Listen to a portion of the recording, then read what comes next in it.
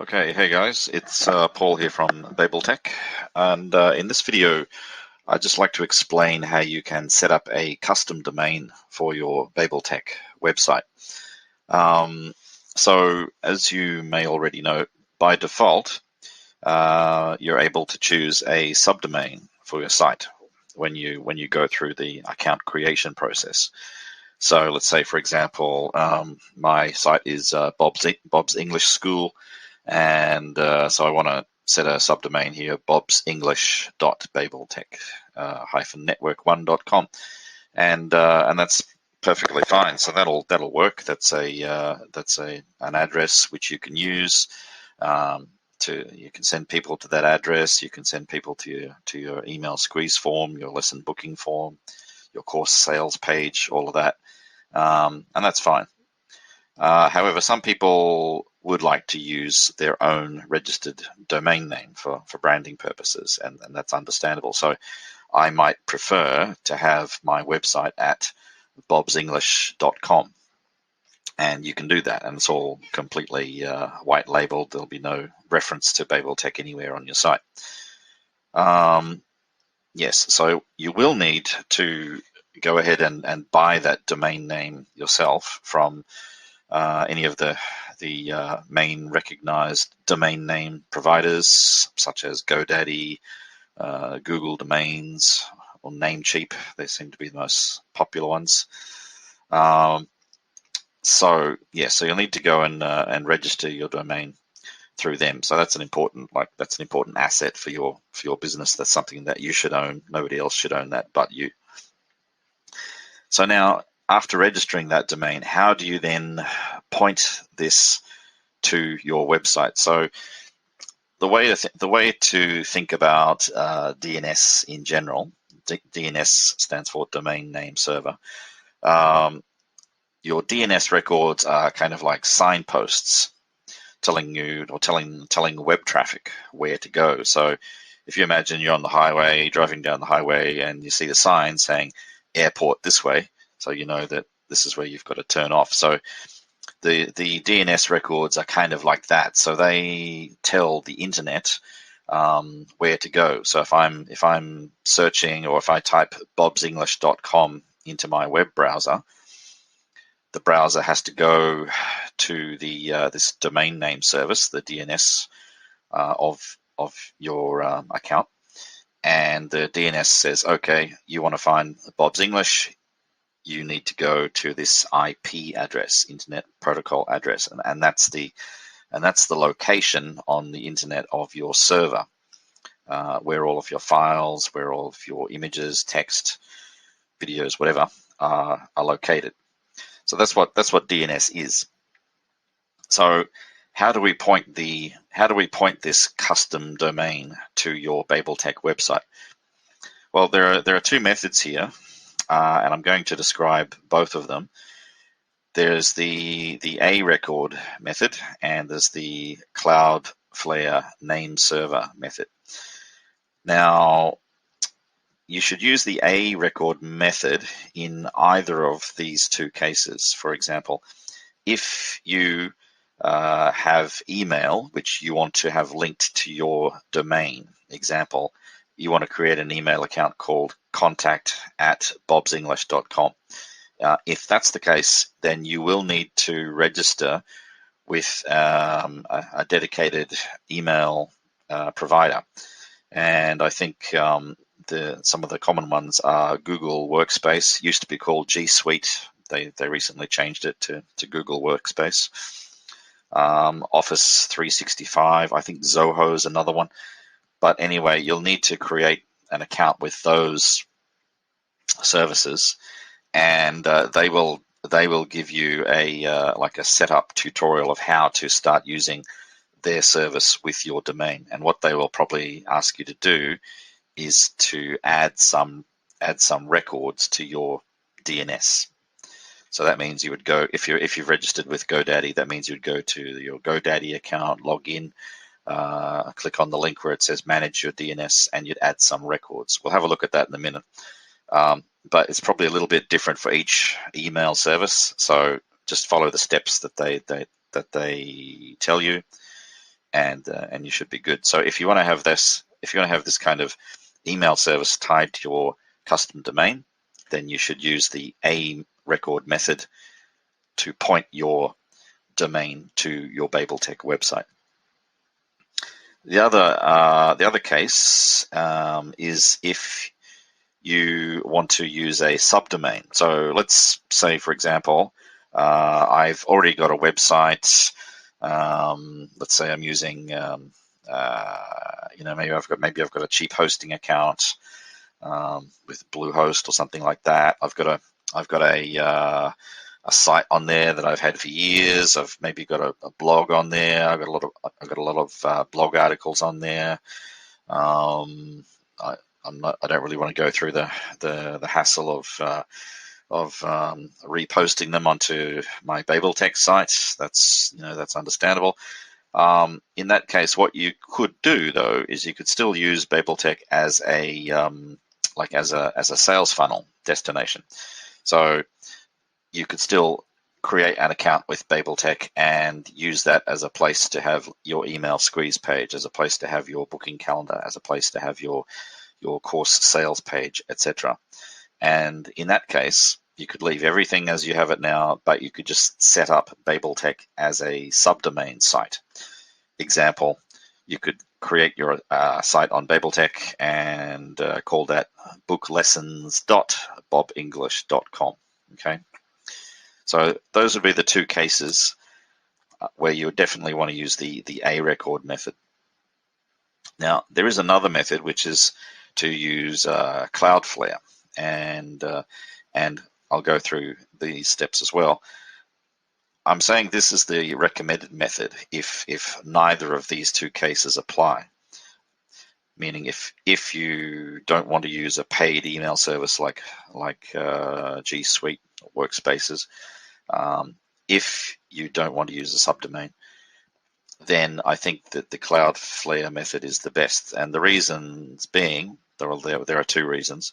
One is in the unlikely event that we need to switch servers, switch actual server machines, then that can all be managed for you by BabelTEQ.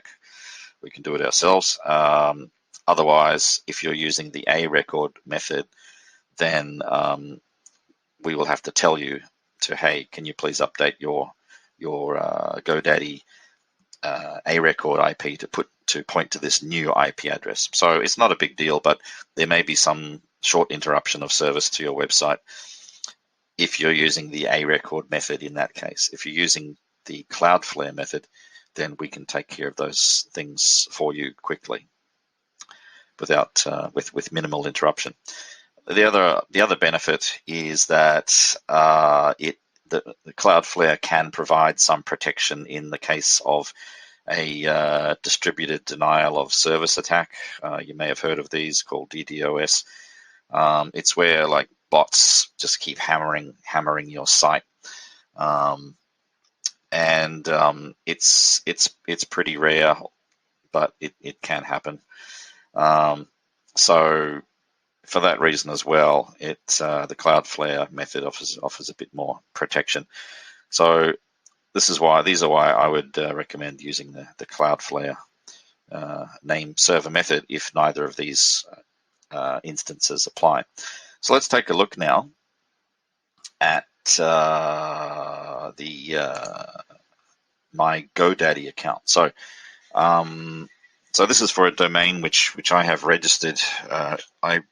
I registered it initially as the idea of building a kind of hobby site. So here in Japan, where I live, there are some record stores who sell like vinyl records, and so yeah, I was kind of interested in collecting these vinyl records. So for any audiophiles out there, back in the 70s and 80s when the Japanese were pressing vinyl records, their production process was actually much better than anywhere else in the world. So their records have less static, and therefore they've become a bit of a collector's item. So I registered this domain with the idea of setting up a hobby website. Haven't got round to it yet, but it's on the to-do list. So it's the domain name is Japanese-vinyl.com. So I'm going to show you how we can change our DNS records using this site as an example. So what you'll see if you log into your account, so I'm using GoDaddy here. Google domains will be a little different. NameCheap will be a little different, but there should be some kind of a setting which you'll find called Manage DNS. So let's take a look at that.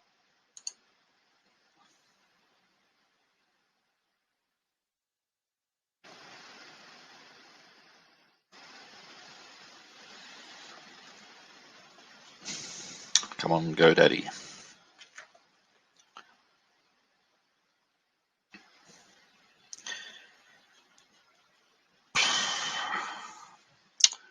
Waiting.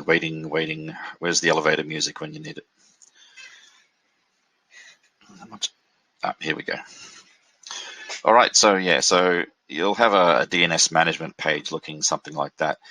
If you've just registered your account and you've never used it before, it might say something.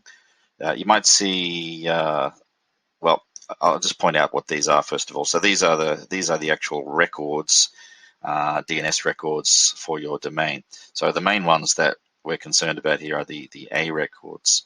And if you've never used your account before, you may see something called, you may see a value here of parked, P-A-R-K-E-D, just which means that it's not pointing anywhere.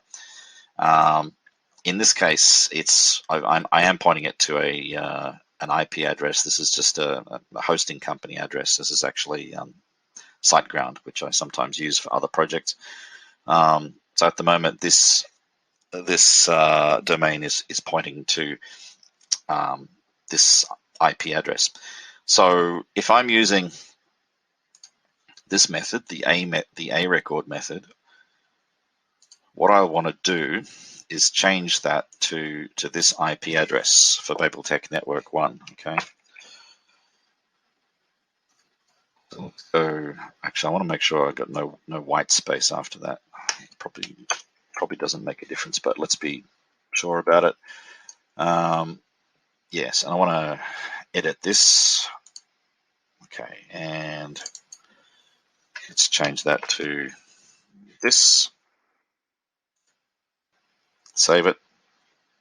There you go. So that was updated. Simple as that. So that's all you need to do. So now this domain should be pointing to our server for BabelTEQ network1.com. So what you would do is come in here, change that server, change that IP address, and then just notify BabelTEQ that you've done it. We can do a DNS lookup on the net to make sure that that's taken place, and then we would go through and do the other necessary steps, which means like we have to create like an SSL certificate for this domain, and a couple of other small things. So you would do that first. In fact, let's see if that's occurred. Okay, so you can see here that's what it was. Has it updated? Yep. Okay. So yeah, so you can see now it's recognizing this new IP address. Now, just a couple of points of note here. So one is that if you've got this website already, and it's, for example, if I was using JapaneseVinyl.com as a functional website already on the old IP address, then once you change this to the new IP address, that is no longer functional. You won't be able to access that website again. So make sure that if you've got content on your old site that you want to preserve, that you take a copy, whether that be like cutting and pasting into a Google Sheets or Word doc or whatever. But once you make that change, then the old website is no longer accessible on the World Wide Web. And the second point is that even though this is this change is recognized here through this tool, which is called DNS Watch.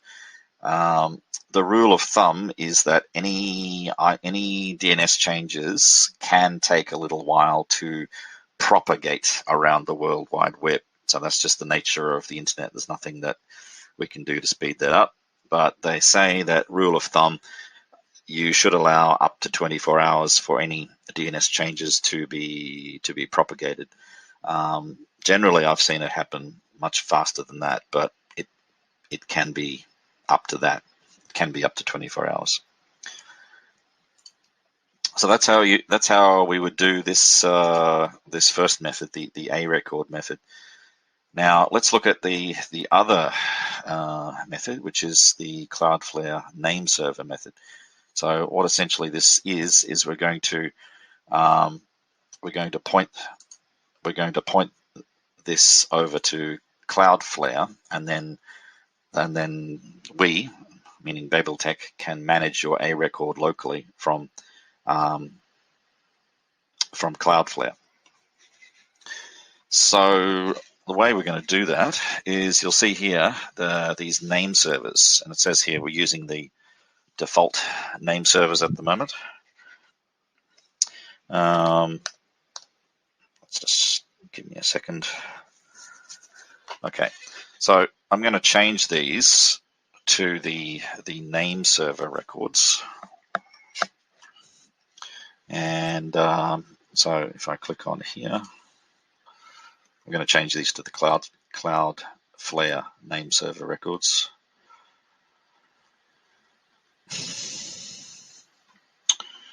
Yes. Okay. Yep. Yeah.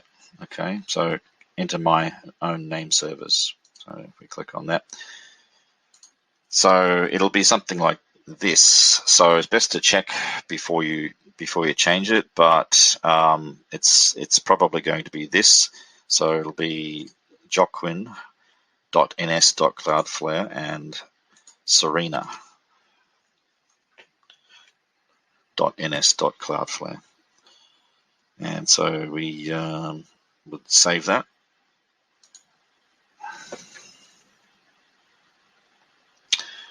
Okay, yes, I consent to update the name servers, yes.